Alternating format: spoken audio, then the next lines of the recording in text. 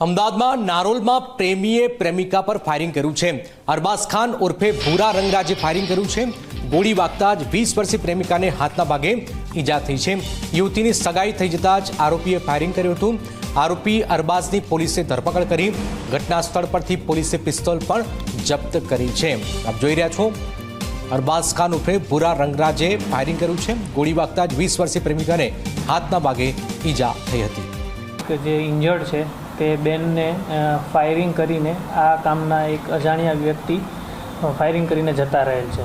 તાત્કાલિક અલગ અલગ ઝોન એલસીબી અને સ્થાનિક પોલીસ સ્ટેશન નારોલ વટવાડી સ્ટાફની ટીમ વર્કઆઉટ કરીને ગણતરીના સમયમાં જ આ કામના જે ફાયરિંગ કરનાર આરોપી છે તેનું નામ છે અરબાઝ ખાન ઉર્ફે ભૂરા ઉર્ફે ચૂચા ઉર્ફે ખાન બાબા ઈશાક ખાન રંગરેજ, જેઓ મૂળ ભીંડ મધ્યપ્રદેશના રહેવાસી છે, તેઓને રાઉન્ડ અપ કરેલ છે।